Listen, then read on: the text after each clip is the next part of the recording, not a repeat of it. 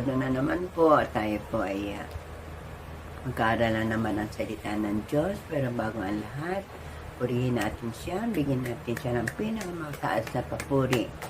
Palakpakan natin ang ating Panginoon. Hallelujah, hallelujah, hallelujah. Tayo po'y manalangin. O aming Diyos na makapangyarihan sa lahat, aming Diyos na napakabuti. Maraming salamat, Panginoon, sa araw na ito na muli, Lord, ay kakausapin mo na naman kami. Bibigyan kami, Lord, na napakagandang mga mensahe, Panginoon, na makakapag-paigting ng aming pananampalataya habang kami naghihintay sa iyong muling pagbabalik. Bago ang lahat, Panginoon, kami po ay nagpapalinis ng aming puso. Alisin mo, Lord, lahat ng gawa ng laman at humingi kami ng tawad sa aming mga kasalanan.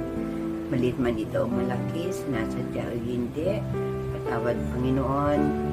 At ngayon pa lamang, Lord, ay kiniklaim na namin, Lord, ang iyong kapatawaran. Ayon sa sinabi mo, Lord, sa 1 John 1:9. Kung kami mag-ahayag na aming mga kasalanan, ikaw ay tapat at makatarungan para kami patawarin at linisin sa lahat ng aming mga karumihan. Maraming salamat, Panginoon. At sa hapon ito, hinihiling namin, Panginoon, na samahan niyo kami. Bigyan kami ng karunungan, Panginoon, lalo na magtuturo sapagkat hindi sapat ang kanyang kaalaman para ihayag lahat ng mga mensahe mo sa mga anak mo, Panginoon. Ganon din, Lord, sa mga anak mo makakapanood ng video na ito. Buksan mo, Lord, ang kanilang mga isip at puso nang sa ganon ay maunawaan nila ang ituturo mo sa amin at maipamuhay namin, Panginoon, ang lahat ng mga ito in preparation sa iyong muling pagbabalik. Maraming salamat, O God. At sa oras na ito din ay ginagamit namin ang kapangyarihan ay pinagkaloob mo sa amin para palayasin lahat ng masama espiritu sa lugar na ito. All kinds of bad spirits get out.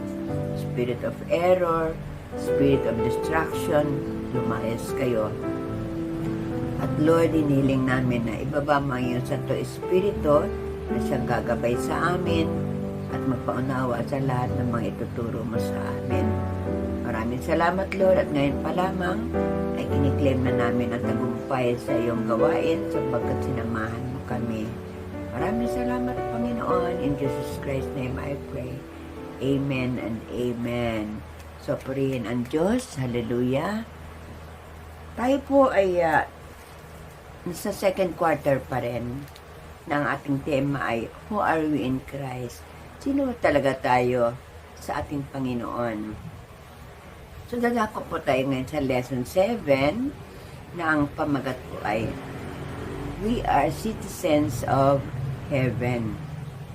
We are citizens of heaven. At ito po ay pasisimulan sa pagbabasa ng kanyang ng text sa Filipos 3:20. Ang sabi po rito, subalit sa kabilang dako, tayo ay mga mamamayan ng langit. Mula rooy, hinihintay nating may pananabik ang Panginoong Hesukristo, ang ating tagapagligtas. Okay? So, kung titingnan po natin, marami sa mga Pinoy, sa mga Pilipino, ang gustong-gustong maging American citizen. May mga kamag-anak tayo, mga American citizens na sila. Yung iba gustong-gusto pa rin na yung makuha nila ang citizenship.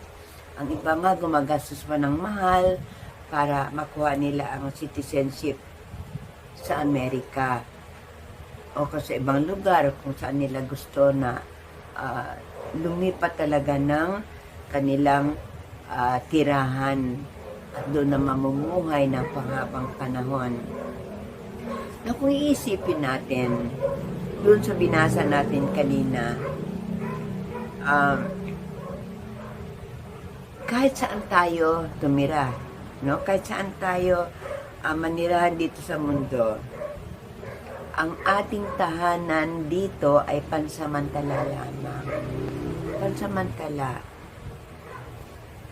At ang buhay dito, sabi nga ang ating mga tahanan dito ay walang kabuluhan kung ikukumpara natin sa tahanan na naghihintay sa atin sa langit. Meron talaga tayong tahanan sa langit. Kasi nga, pansamantala lang tayo dito. Diba pag sinabing pansamantala, hindi tumatagal, pang madalian lamang. So kung tayo bilang mga anak ng Diyos, lagi nating isipin na, meron akong tahanan sa langit talaga. So itong buhay dito sa lupa, hindi ito magtatagal. Hindi ito magtatagal. So kailangan, sabi nga, ibig ng Diyos kayo na i-fix natin. Yung talagang ituon natin ang ating kaisipan na tayo ay mga mamamayan ng langit. Kumbaga tayo ay panlangit talaga. Okay?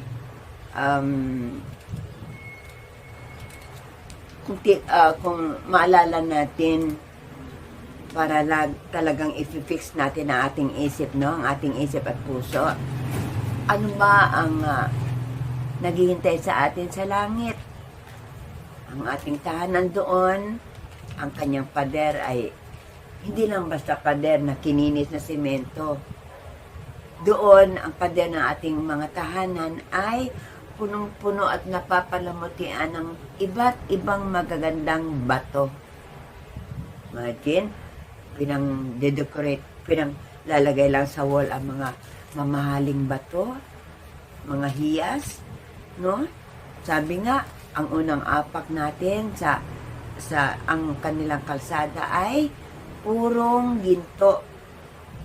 At ang gate ng ang ating tahanan doon ay talagang napapalumutian ng puro perlas. So, na-imagine nyo? At hindi po ito fake news. Totoo po ito. Ito ang naghihintay sa ating tahanan sa langit. Bilang tayo ay mamamayan ng langit. So, laging dapat doon ang ating focus, no? So, dagdagan pa natin, bakit laging nakatuon dapat nakafix tayo sa tahanan natin sa langit? Doon, ang makakasama natin doon ay hindi basta kapitbahay lang. Hindi basta kapitbahay lang na kung sino mga lumipat lang niya sa tabi natin. Ang kasama natin doon ay ang ating Panginoong Jesucristo. O di po ba? Kung dito hindi natin siya nakikita, doon chance natin na makita natin siya. Makadaop ang palad natin ang Panginoon. Sabi nga sa Filipos 3:20, ulitin natin, binasa nating text, subalit sa kabilang dako, tayo ay mga mamamayan ng langit. Mula rooy, hinihintay nating may pananabik ang Panginoong Jesucristo, ang ating tagapagligtas. Yan, manabik tayo na makarating tayo doon. Yun ang pananabikan natin. Okay? So, ang tanong ngayon, why should we fix our eyes on our eternal home? Why should we fix our eyes on our eternal home? So, bakit natin kailangang ituon doon sa langit ang ating isip at puso, ang ating pananaw, ang ating paningin? Okay? So, ito po ang mga sagot niyan. So that we will not compromise our lives to the pattern of the world. So, kung palagi nakatuon ang ating paningin sa ating eternal home, doon sa ating tahanan sa langit, hindi tayo makikipagkasundo o makikiayon sa takbo ng buhay dito sa sanlibutan. Hindi tayo makikiayon. Kasi may mga dahilan yan. No? Sabi nga sa Romans 12 verse 2, huwag kayong makiayon sa takbo ng mundong ito. Sa halip, hayaan ninyong baguhin ng Diyos ang inyong pag-iisip upang maunawaan ninyo ang kanyang kalooban. Sa gayon, magagawa ninyo kung ano ang mabuti, kalugod-lugod at ganap na kalooban ng Diyos. Yan po ang sinasabi sa atin. Huwag tayong umayon sa takbo ng mundong ito, ng sanlibutan. Huwag nating gayahin ang mga ginagawa dyan ng iba. Yung mga hindi pa nakakakilala sa Panginoon, huwag natin silang gayahin. Kasi mga yan, sige, gawa lang yan ang gawa. Kasi ang gusto lang nila, ang ginagawa nila. Dapat tayo, kung ano ang kalooban ng Diyos, dapat yun ang ginagawa natin. Sinusunod natin, gawin natin kung ano ang mabuti, kung ano ang kalugod-lugod. Dahil yun ang kalooban ng ating Panginoon.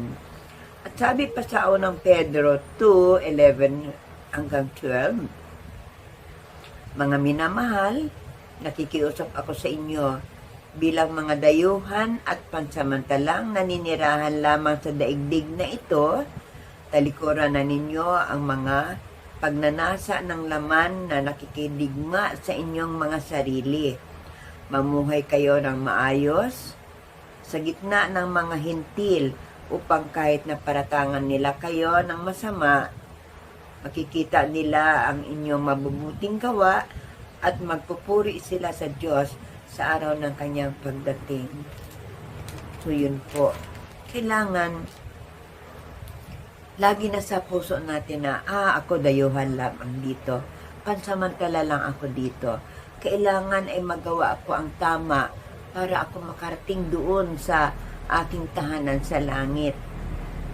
At kailangan mamuhay tayong na maayos sa gitna ng mga non-believers na yan. Sa gitna nila, kailangan ay makita sa atin na tayo ay mga totoong mga citizens of heaven. Na meron tayong mga pinanghahawakan na kailangan makarating tayo doon. Makuha natin yung citizenship na yan. Gumawa tayo ng mabubuti para yung mga makarinig sa atin, yung mga salita natin, yung mga kilos natin, pagdating ng tamang panahon, sasabihin nila, ay mga totoo nga sila mga anak ng Diyos. Totoo nga sila mga taga-heaven. Amen po mga kapatid. Okay. Dako tayo sa number 2. Bakit kailangan nakatuon tayo sa ating tahanan sa langit? Bakit laging yun ang lagi na sa isip natin? So that we will be in content of whatever we have in life. So kung yun ang lagi na sa puso natin, nasa isip natin na tayo pansamantala lamang dito, na tayo ay mga citizens ng langit, makukontento tayo sa anumang meron tayo dito. Hindi tayo maghahanap ng mga bagay na wala sa atin. Kasi yung mga bagay na pinagkakaguluhan ng marami dito, wala yan, hindi kailangan yan sa langit. Hindi yan kailangan sa langit. Huwag tayo maghangad ng kung ano-ano pa. Maraming pera, magagandang bahay, yung sobrang gagandang bahay, maraming damit, maraming bag, mga alahas. Huwag yan. Huwag yan ang ating bigyan ng pansin.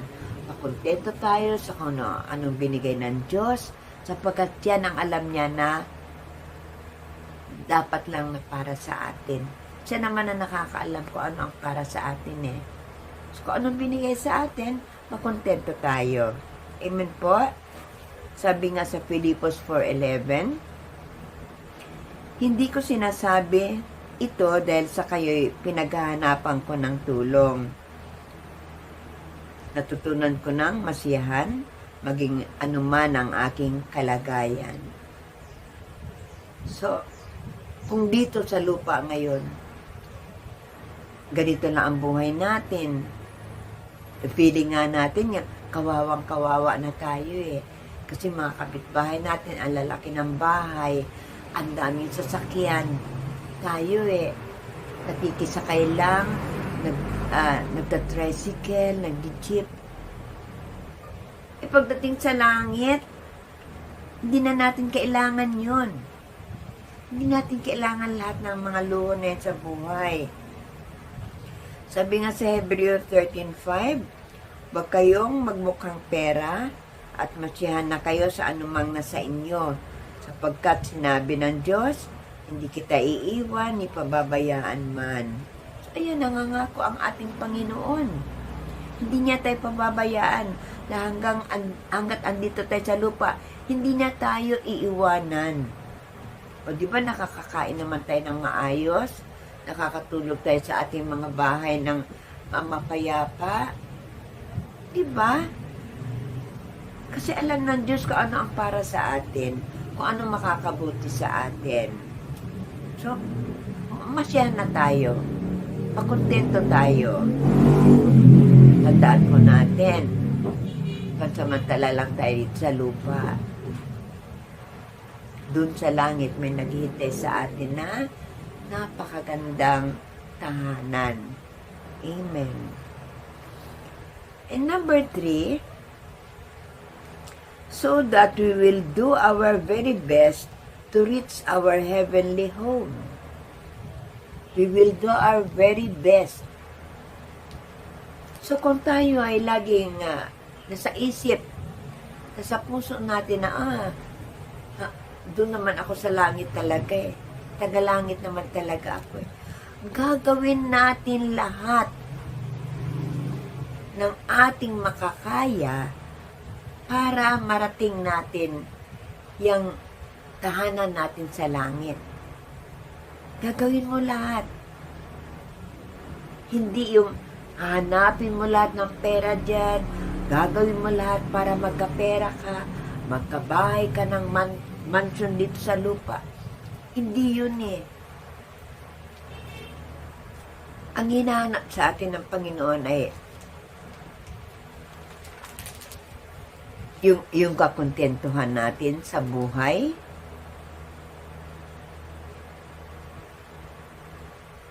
Hinahanap niya sa atin na yung ay iniisip natin yung lahat ng mga panlangit.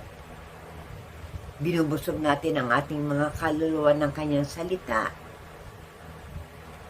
Tayo ay lagi na sa isip natin, ay may gawain kami ngayon, may gawain kami sa susunod na araw. Kailangan makadalo ako para madagdagan ang aking kaalaman. Lahat yun ay mga paraan. Yun yung mga the best na gagawin natin para marating natin yung tahanan na yan natin sa langit. Amen po. Iwasan lahat na makagawa tayo ng kasalanan. Yun ang mga the best na dapat natin gawin. Manatili ang ating pananampalataya. Huwag tayong tumalikod sa Panginoon. Huwag nating iwanan ang gawain. Yun ang mga the best na dapat nating gawin para makamit natin yung reward na yan na tahanan natin sa langit. Sabi nga sa Filipos 3:17, mga kapatid, magkaisa kayong tumulad sa halimbawang ipinakita ko sa inyo. Pag-ukulan din ninyo ng pansin ang lahat ng sumusunod sa aming halimbawa. So lahat ng mga alagad ng ating Panginoon, nagpatotoo sila, ganito ang kanilang ginawa, lalo na si Apostol Pablo. Ang dami na niyang nagginawa, marami siyang naranasan na hindi kanais-nais para lang masunod niya ang kalooban ng Diyos. Sana magawa natin din yun. Sana magawaan natin para yung buhay natin ay hahantong doon sa langit. Sabi nga sa Colossus 3:2, Ang mga bagay na panlangit ang isaisip ninyo, hindi ang mga bagay na panlupa. Yun, paalala talaga sa atin. Puro panlangit ang isipin natin. Ngayon, ang tanong ulit, how can we fix our eyes on our eternal home? How can we fix our eyes on our eternal home? Paano natin iaayos ang ating paningin? Paano, ano ang dapat nating gawin? Para ma-reach natin, para maabot natin ang ating tahanan sa langit. Gagawa tayo ng hagdan. Mga kwento noon, may hagdan daw papunta sa langit. Ayan. Aakyat tayo. At pag hindi ka na karapat-dapat, aangat yung hagdan. Yung mga kwentong ganon. Ito po ang sagot niyan. Number 1. Do not love the things of this world. Do not love the things of this world. Huwag daw nating ibigin o pahalagahan ang mga bagay dito sa daigdig. Ano bang mahalaga sa atin? Sabi po sa Santiago 4:4, mga taksil, hindi ba ninyo alam na kapag nakipagkaibigan kayo sa sanlibutan, ay kaaway naman ninyo ang Diyos? Ang sino mang nagnanais na maging kaibigan ng sanlibutan, ay nagiging kaaway ng Diyos. Bakit kaya sinabi ito? Bakit kaya ganito ang sinabi ni sa Santiago, no? Tandaan po natin, lahat ng bagay na meron tayo ay galing sa Diyos na dapat nating pahalagahan. Amen po? Dapat nating mahalin, dapat nating pasalamatan. Pero, kapag yung mga bagay na pinagkaloob sa atin ng Diyos ay bigyan na natin ng sobra-sobrang halaga,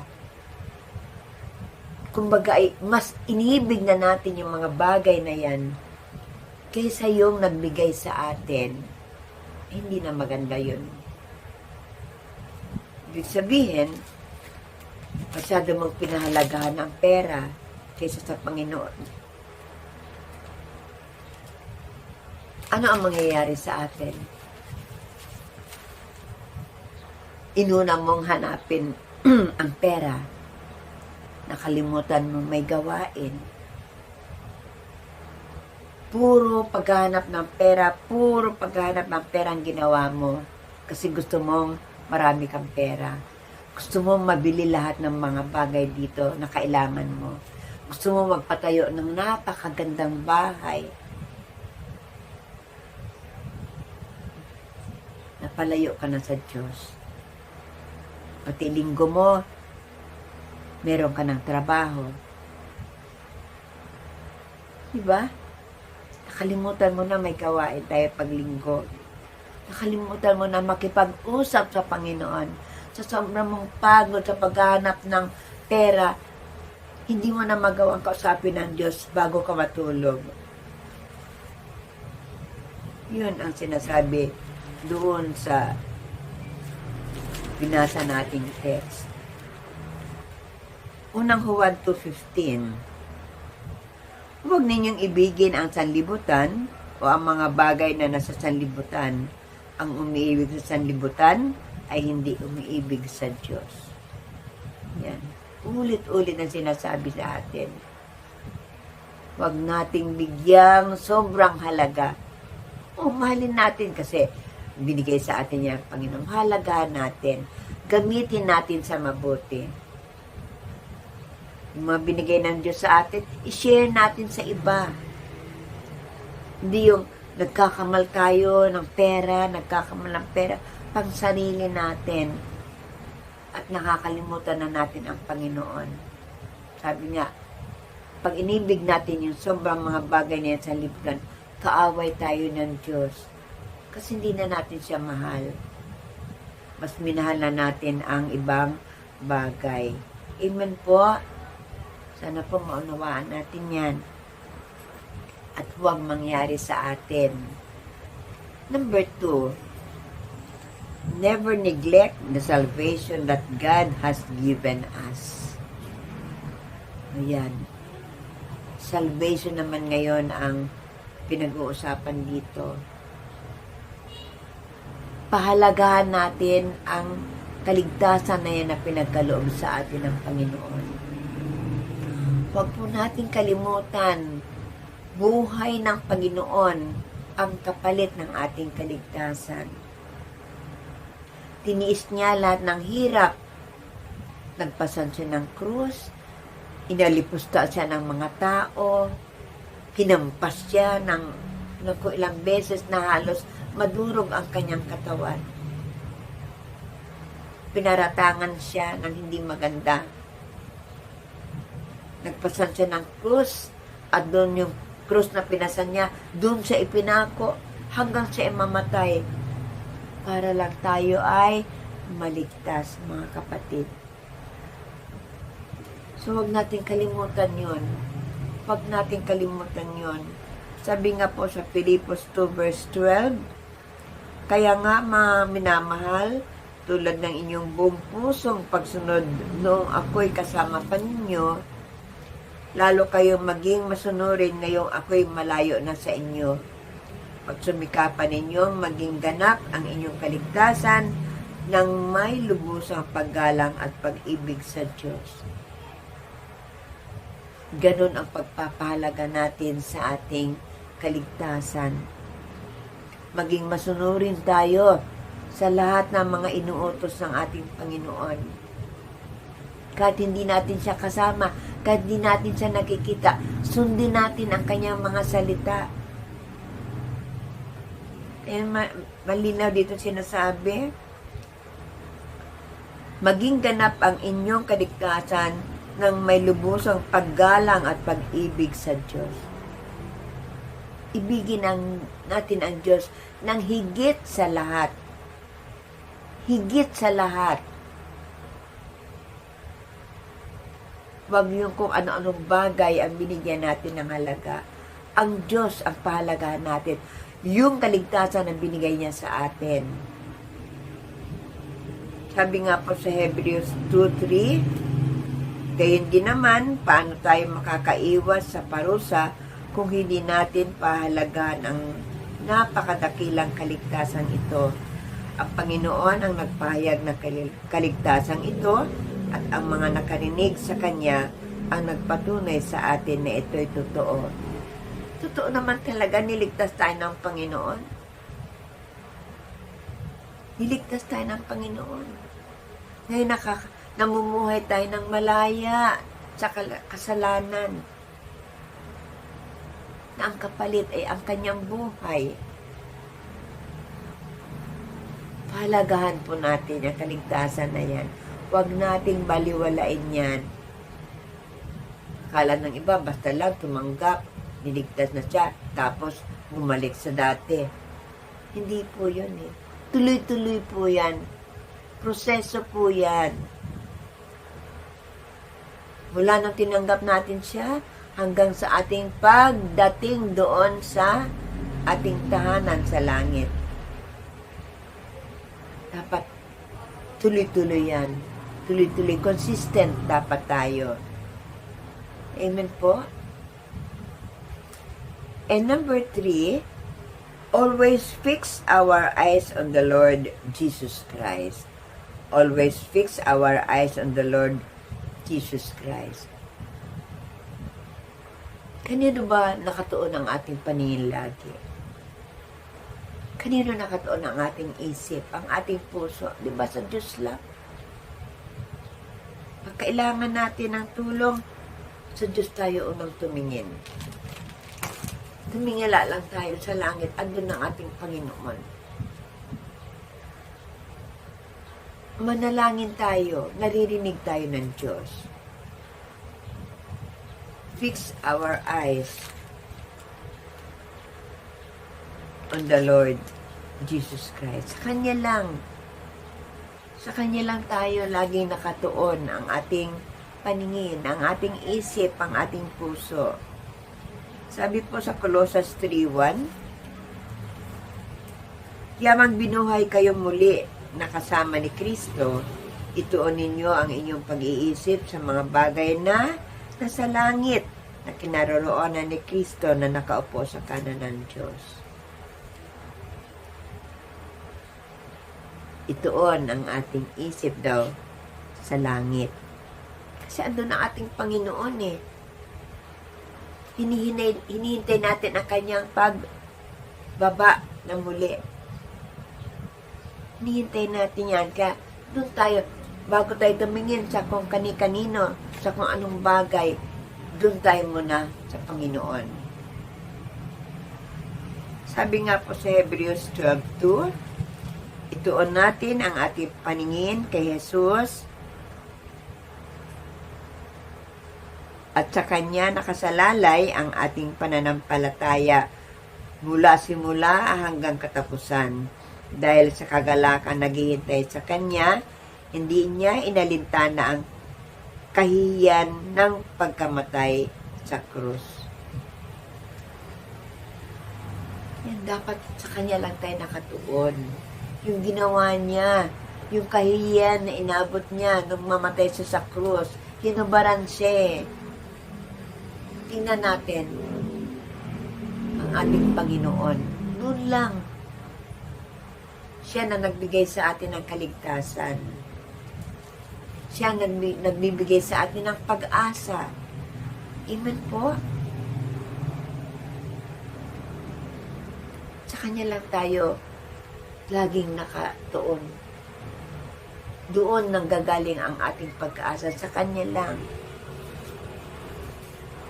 And number 4, be grateful to God by sharing the good news of salvation to others.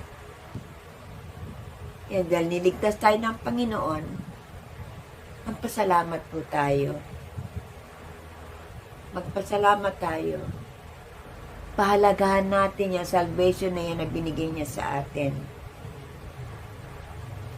At yung pangako niya na tahanan natin sa langit, ngayon pa lamang pasalamatan na natin. Pasalamatan natin na tinanggap na natin yan. At sa paanong paraan? Ano ang gusto ng Panginoon? Na paraan natin ang papasalamat sa Kanya? I-share natin ang mabuting balita. I-share natin sa lahat nating mga kakilala ang good news of salvation, ang mabuting balita ng kaligtasan. Kasi tayo niligtas na niya eh, di ba? So, magligtas din tayo. Marami po ngayon nalilihis ng daan, nalilihis ng landas. Maraming nahihirapan. Hirap na hirap sa buhay. Hindi na alam kung anong gagawin. Naghihintay lang yan sila nang may lumapit sa kanila para maibsan lahat ng hirap na yan.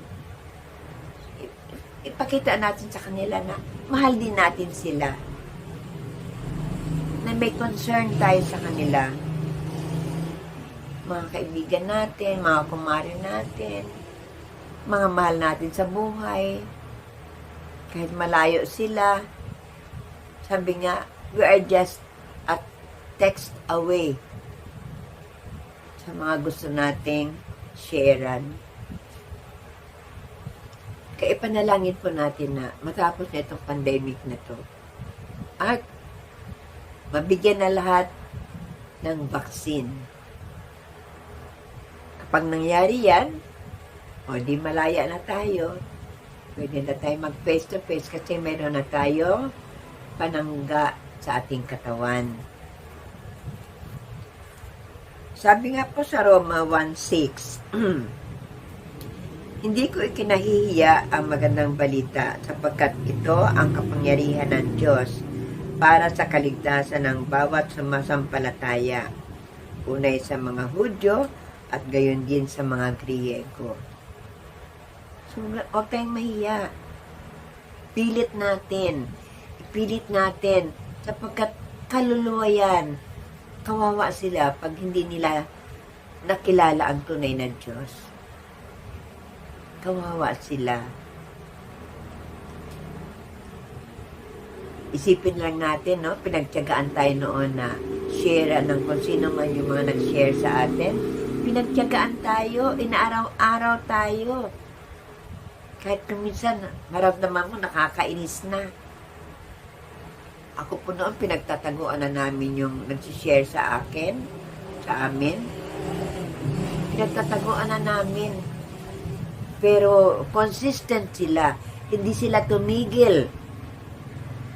Talagang hindi sila tumigil hanggat hindi kami napunta sa tamang iglesia. Linggo-linggo yan, pumunta sila sa bahay. Binibigyan kami ng mga magagandang verses. Nag-share ng kanilang mga experiences. Mga pinagdaanan nila para lang ma-share ang mabuting balita.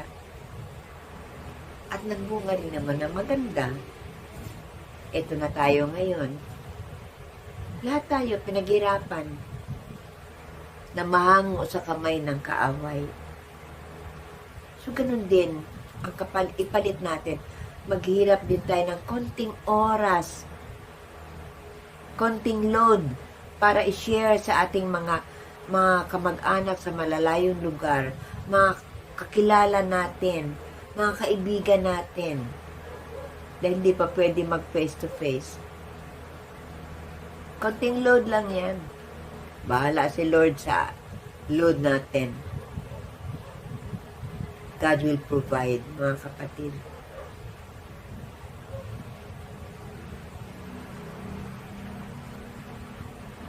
Sabi nga sa James 5:19-20, mga kapatid, kung may kapatid kayong nalilihis ng landas at may isa namang umakay sa kanya, upang magsisi, ito ang tandaan ninyo. Sino mang makapagbalik sa isang makasalanan mula sa kanyang maling pamumuhay, ay nagliligtas na isang kaluluwa sa kamatayan at nagpapawi ng maraming kasalanan. Ganun pala yun. At ganun nga talaga. Kilala natin ang mga kaibigan natin. Kilala natin ang mga kamag-anak natin. Nakikita natin kung sila'y nalilihis na ng landas. Gawa natin ang paraan niyan. Share kaagad natin. Yung mga nahihirapan din sa buhay na feeling nila wala na silang pag-asa, i-share natin, mayroon tayong Diyos na pinanggagalingan ng lahat. Na kapag si Jesus ang ating sinamba, hindi tayo magkukulang. Na kapag si Jesus ang ating sinamba, siya ang ating pinahalagahan, hindi tayo dapat matakot at wala tayong dapat katakutan. Anumang problema dumating sa ating buhay. Bakit sabi nga, itataas niya tayo sa kanyang mga kamay. Tutulungan niya tayo, ililigtas niya tayo sa kung anumang kahirapan na yan na dinaranas natin. Amen, mga kapatid. So, kung titingnan natin sa ating paligid, marami pa dyan na hindi pa ligtas. Yung mga ayaw talaga, yung mga matitigas ang ulo, pagtiyagaan po natin. Sandali lang naman yun eh. Sandali lang po yan. Share natin yung gospel. Hindi pa inaabutin ng 30 minutes. Aabot kayo ng ganong katagal kung dagdagan mo na ng patotoo. Yung mga nangyari sa buhay mo na nalagpasan mo dahil meron kang Diyos na tumulong sa iyo. So doon na ngayon yan, Pati siya yan, magsishare na yan ng kanyang mga karanasan, ng kanyang kahirapan, hanggang tanggapin na niya ang Panginoon sa kanyang buhay. Baguhin natin ang kanilang kalagayan. Hanguin natin sila sa kasalanan at iligtas natin sila sa kamatayan. Gawa natin ang paraan na pagsisihan nila ang kanilang mga kasalanan. Yung sharing natin na gagawin sa kanila, unti-unti yan mabubuksan ang kanilang puso. Luluag yan eh. Kahit anong tigas ng puso nila. Paluluagin yan ng mga salita ng Diyos. Magbaon tayo ng maraming magagandang salita ng Diyos. Share lang yung mga karanasan natin. Kung paano natin na-overcome ang mga problemang yan dahil sa tulong ng ating Panginoon. Amen po mga kapatid. Ganun lang po ang ating gagawin. At matutuwa ang ating Panginoon. Sasabihin ng Lord, ay, nagre-ready na itong anak ko. Nire-ready na niya ang kanyang pagpunta sa langit at ire-ready ko na rin ang kanyang tahanan dito. Di ba? Ngayon, ano naman ang benefit nito? Kung tayo ay maging citizen ng langit, ano ang benefit? Ito po, pakinggan po natin. Basahin natin. We can live there forever with God and all the saints. Ano po ibig sabihin ng we can live there? Mamumuhay tayo sa langit kasama ang ating Diyos at ang mga nauna na sa atin. Mabubuhay tayo doon ng panghabang panahon. Forever. Ayan.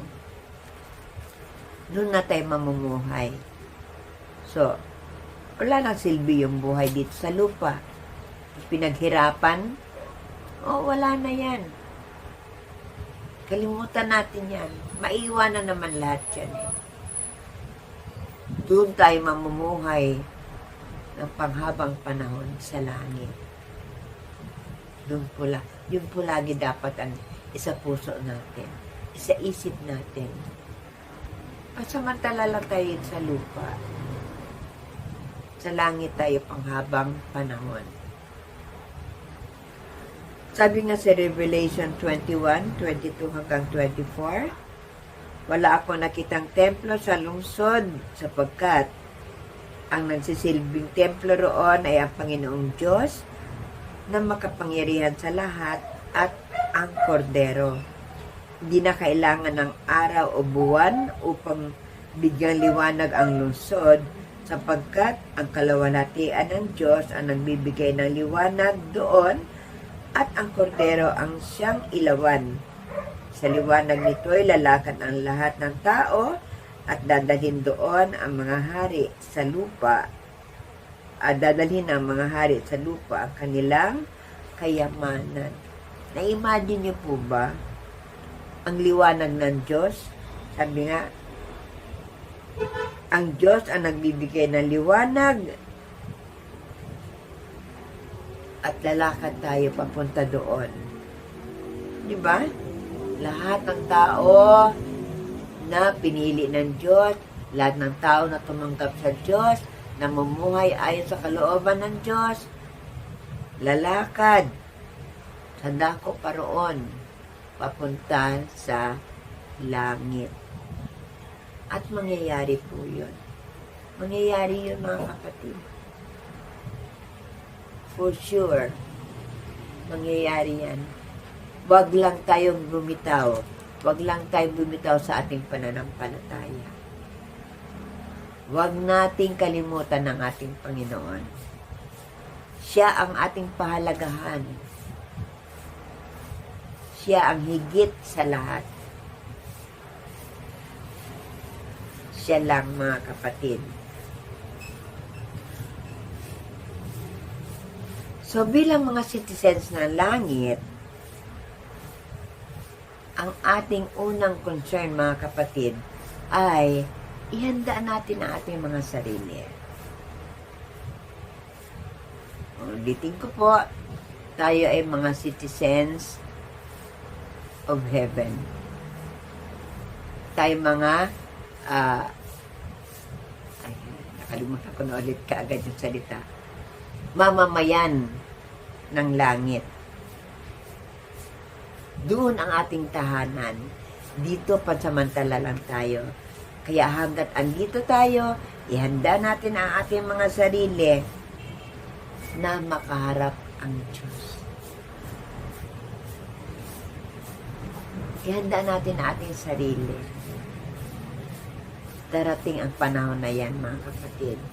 Ano ang sabi sa Amos 4, verse 12?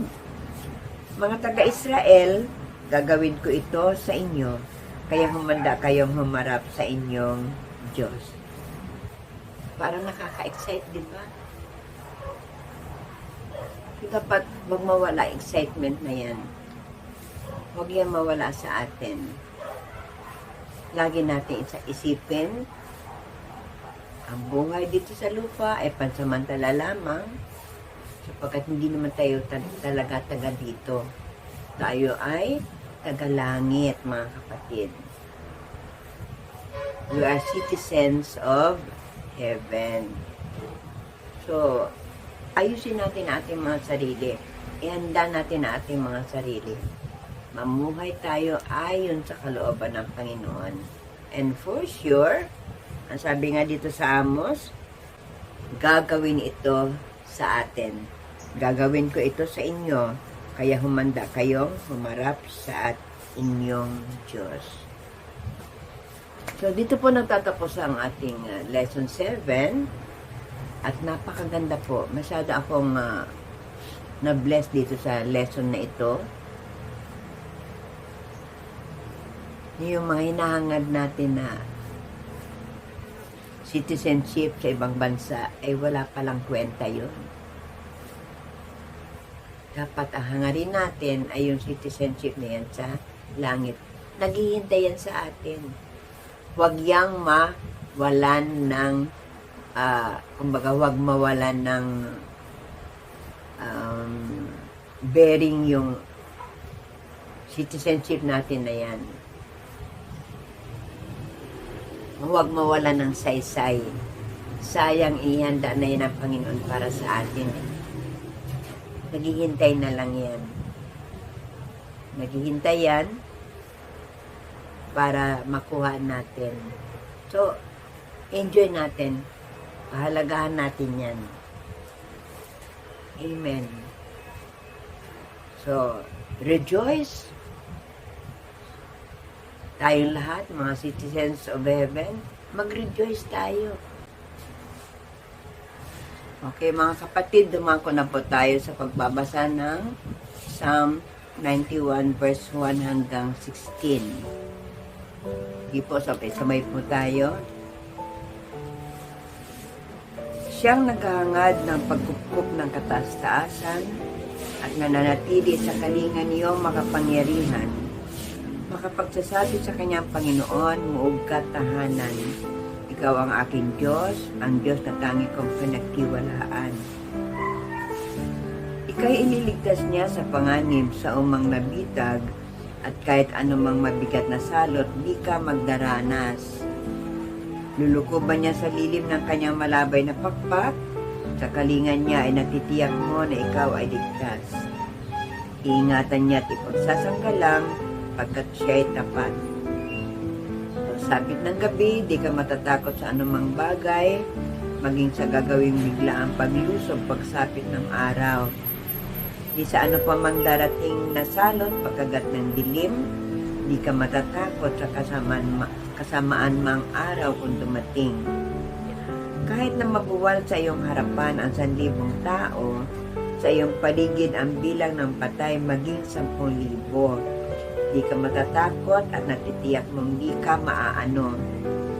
Ika'y nagmamasid at sa panonood, iyong mamamasdan, iyong masasama ay makikita mong pinarurusahan.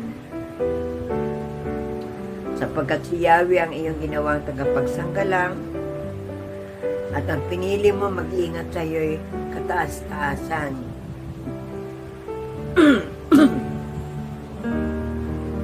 Di maabot ni kay mapahamak at walang daratal kahit anong uri mga paghihirap sa iyong tahanan.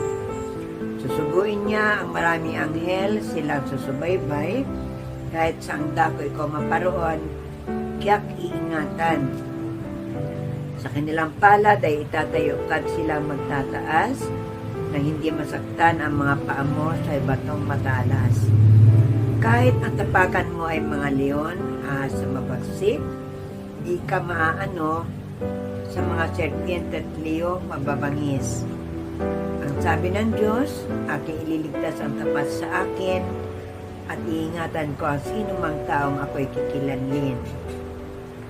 Pag sila'y tumawag, laging handa ako na sila'y pakinggan, aking sasamahan at kung may hilahil ay sasaklolohan. Aking ililigtas at ang bawat isa'y pararangalan, sila'y bibigyan ko at gagantimpalaan ng mahabang buhay at nakatitiyak na ang tatamuhin nila'y kaligtasan. Ito po ang Psalm 91, awit ng pagtitiwala sa Diyos. Amen po. Okay, so tayo ngayon ay dumako na sa closing prayer. Maraming salamat, Panginoon. Napakaganda po ng lesson na binigay mo sa amin. At tulungan mo kami, Lord, na maipamuhay namin lahat na itinuro mo sa amin sa hapong ito. Tulungan mo kami na laging nasa isip namin na andiyan ka naghihintay sa amin sa langit. Hinihintay mo kami sa takdang panahon, tamang panahon, Panginoon. Tulungan mo rin kami, Lord, na ihanda namin ang aming mga sarili. Paano mo kami makapamuhay ng may kabanalan, mamuhay ng naayon sa kalooban mo. Maraming salamat, O God. Napakaganda po na mensahe mo sa amin sa hapong ito.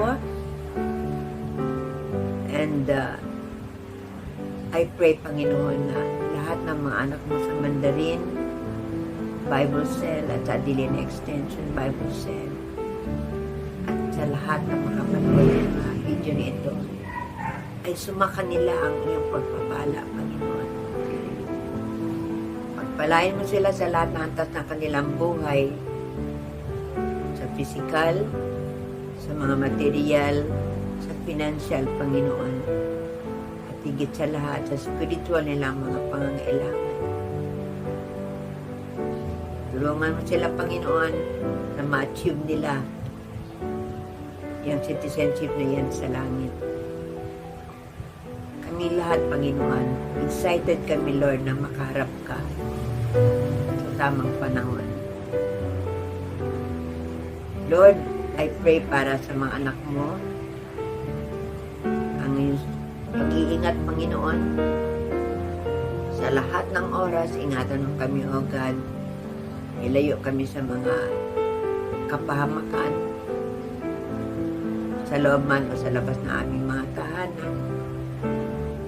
At huwag kaming mahawaan, Lord, ng mga COVID-19 na yan at kung ano pang mga virus na meron ngayon. Palakasin mo, Lord, ang aming mga pangatawan. Laging good health, Panginoon, para magawa namin, Lord, lahat ng inuutos mo sa amin. Yung mga nagtatrabaho, Lord, pagpalain mo sila. Yung mga walang trabaho, bigyan sila ng trabaho na ayon sa kalooban mo, Panginoon. Yung mga nagninegosyo, Lord, lalo mong palaguin ang kanilang negosyo. At nawa, Panginoon, tapusin mo na ang pandemyang ito. At sa ganun, bumalik na sa normal ang aming mga buhay, Panginoon. Buhay na naaayon sa iyong kalooban. Huwag buhay sa sanlibutan. Gusto namin, Lord, na makuha ang citizenship na yan. Kaya ikaw pa rin, Lord, ang magpapatupad nito. Patuloy mo kaming gabayan, Lord, at ituro sa amin ang mga bagay, Lord, na maging daan para marating namin, Lord, ang langit. Lagi mo kami, Lord, bigyan ng magagandang lesson para lalo tumatag, Lord, ang aming pananampalataya. Maraming salamat, Panginoon. Lahat ng pasasalamat at papuri ay sa iyo lamang namin ibinibigay, Panginoon. To God be the glory. In Jesus Christ's name we pray. Amen and amen.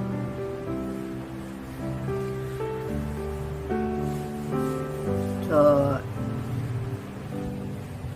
muli mga kapatid ay nagpapaalala ang ating Panginoon sa ating mga obligations sa ating iglesia, obligation natin sa Kanya, na ibigay ang ating mga ikapo.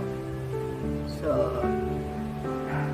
as usual, andyan yung mga number na dapat nating doon natin idaan ang ating mga ikapo para makarating yan sa kinauukulan.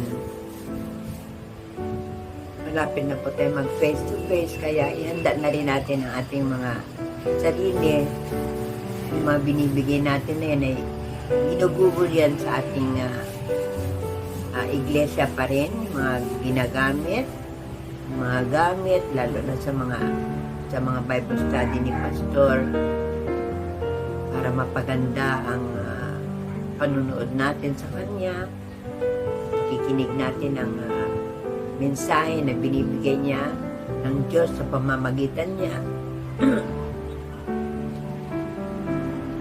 So, huwag nating i-withhold ang ating ikapo. Ang para sa Diyos ay para sa Diyos.